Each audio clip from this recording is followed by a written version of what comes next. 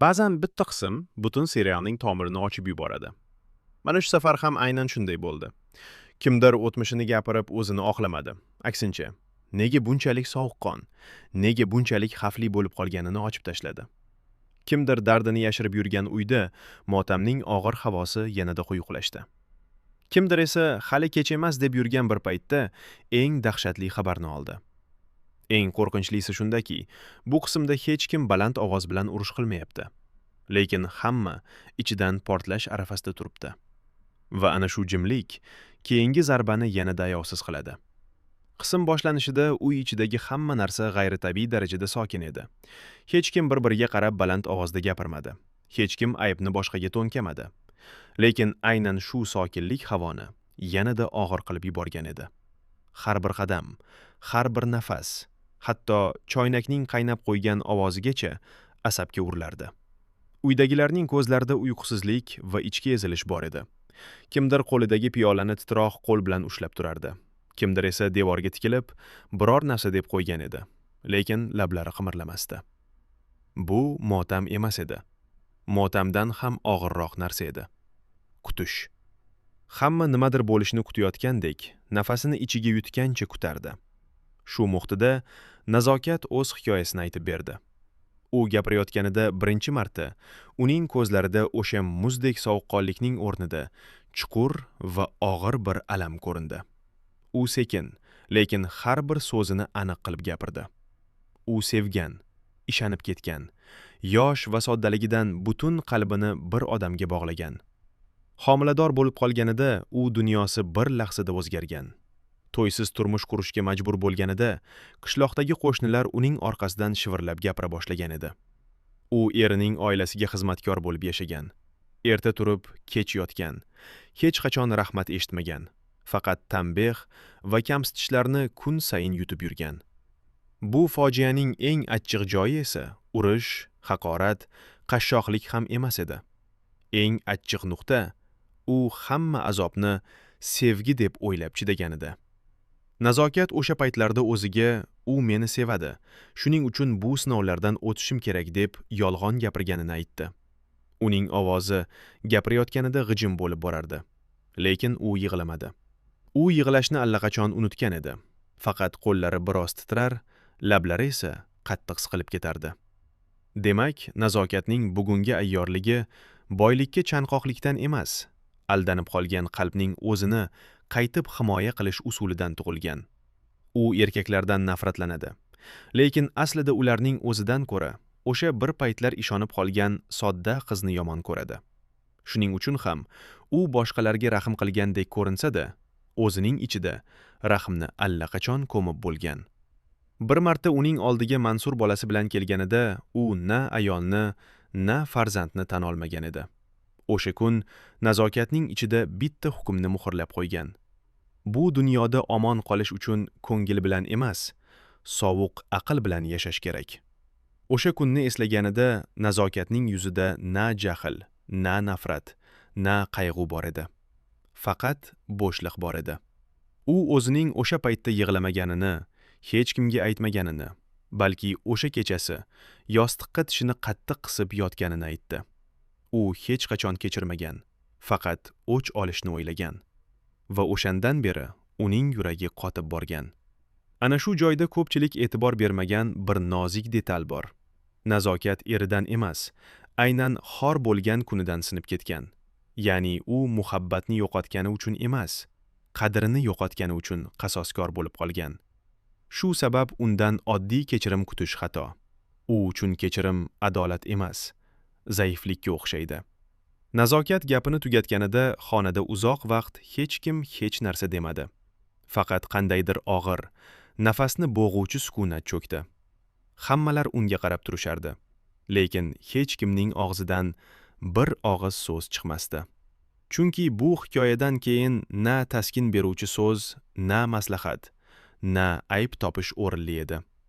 Bu shunchaki bir insonning qanday qilib ichkaridan o'lib, tashqaridan yurishni davom ettirganining hikoyasi edi. Keyin Nargizning paydo bo'lishi ham juda muhim burilish bo'ldi. Nazokat hayotiga Nargiz kelganida u faqat pul topishni o'rgatmadi, balki odamlarni o'qishni o'rgatdi. Kim qanday zaif tomoni bilan olinadi, kimning ko'z yoshlari yolg'on, kimning tabassumi xavfli, bularning hammasini o'rgatdi. Bu juda xavfli maktab edi. Nazokatning bugungi kuchi ham, bugungi iflosligi ham shu yerda shakllangan. U o'z yo'lini oqlamasa ham, undan uyalmay qo'ygan. Faqat bir joyda uning ichki charchog'i sezildi. U bu yo'l boshi berk ko'cha ekanini biladi. U bir kuni ertalab uyg'onib, oynaga qarab, nega qilyapman deb so'raydigan kun kelishini biladi. Bu oddiy ishonch emas. Bu ichki og'riqning haddan oshganidan darak. Inson sirlari bilan yengil tortayotgan bo'lsa, demak u tashqaridan qattiq ko'rinsa ham, ichkaridan yemirilib bo'lgan. Shu sabab nazokat hali ko'p o'ynaydi. Ko'p odamni yiqitadi, lekin aynan yuragi yumshagan joydan o'zi ham qattiq zarba yeydi. Ayniqsa, qism oxiridagi siz hali nazokatni yaxshi bilmaysiz degan ma'no juda katta ishora bo'ldi. Demak, biz ko'rgan o'tmish ham hammasi emas. Hali uning ichida ochilmagan, balki yanada qoraroq sir bor. Sodiqboy atrofidagi vaziyat esa alohida dahshatli edi. U tashqaridan hali ham buyruq berayotgan, hali ham o'zini kuchli tutayotgan odamga o'xshaydi. Lekin ichki holati butunlay boshqacha. U loyihasining o'g'irlanganini ko'rib, eski saltanatining qo'lidan chiqayotganini his qildi. Bu yerda gap faqat biznesda emas. U o'zining hukmronligini yo'qotayotganini sezdi. Shuning uchun ham uchrashuv chaqirdi. Bu uchrashuv pul uchun emas, sha'an uchun edi. Keksa odamning eng og'ir dardi ham shu. Kuchdan ketayotganini boshqalar sezib qolishi. U bunga yo'l qo'ymaslik uchun bor kuchini ishga solmoqchi edi, lekin qo'llari titrar. Ovozi esa ohangini yo'qotardi. Afzal va Tamar bilan bo'ladigan to'qnashuv aslida ikki avlod, ikki xarakter, ikki hisob-kitobning urushi bo'ladi. Biri men hali yiqilmadim demoqchi, boshqalari esa endi navbat sendan o'ch olishniki degan joyga kelgan. Afzalning Tamarni yoniga olib borishi ham bekorga emas edi. U Sodiqboyni oddiy dalil bilan emas, ruhiy zarba bilan sindirmoqchi. Tamar esa shunchaki hamkor emas, o'tmishdagi xo'rlikning tirik guvohi edi. Qo'rqqani qiziq emas, afsuslangani qiziq degan kayfiyat aynan shu chiziqda sezildi. Demak, ular endi faqat foyda ko'rishni emas, Sodiqboyni ichidan sindirishni ko'zlayapti. Bunday urushlarda esa g'olib ham pok qolmaydi. Menimcha, keyingi qismda bu uchrashuv juda keskin o'tadi va unda kutilmagan tomondan eski xodimlar, maosh masalasi, ichki o'g'irlik va isrofgarchilik haqidagi gaplar portlaydi. Hatto bu yerda nazokatning nomi ochiqcha tilga olinishi ham mumkin. Agar u haqiqatdan xodimlar maoshini ushlab turgan bo'lsa, demak u endi faqat yordamchi emas, mojaroning markazidagi figuraga aylanadi. Sodiqboy bilan nazokat o'rtasidagi nozik ipni ham unutmaslik kerak.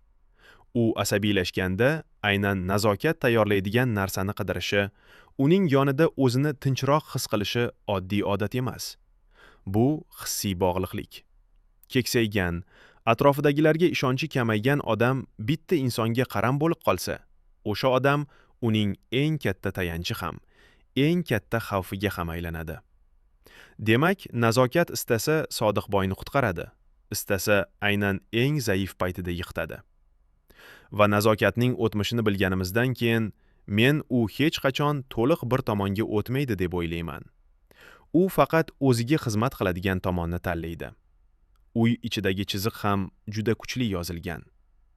Nozima bilan qaynonaning ziddiyati tashqaridan mayda gapga o'xshaydi. Ovqat, odob, birga o'tirib yeyish, meva yuvish, xonaga kirib ketish.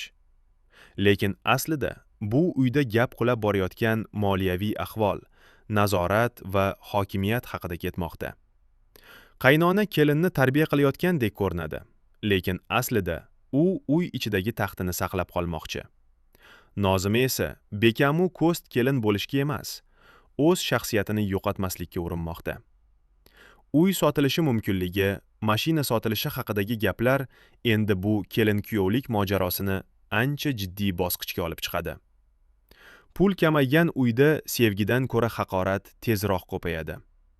Nozima hozircha indamayapti, lekin bu jimlik uzoqqa bormaydi.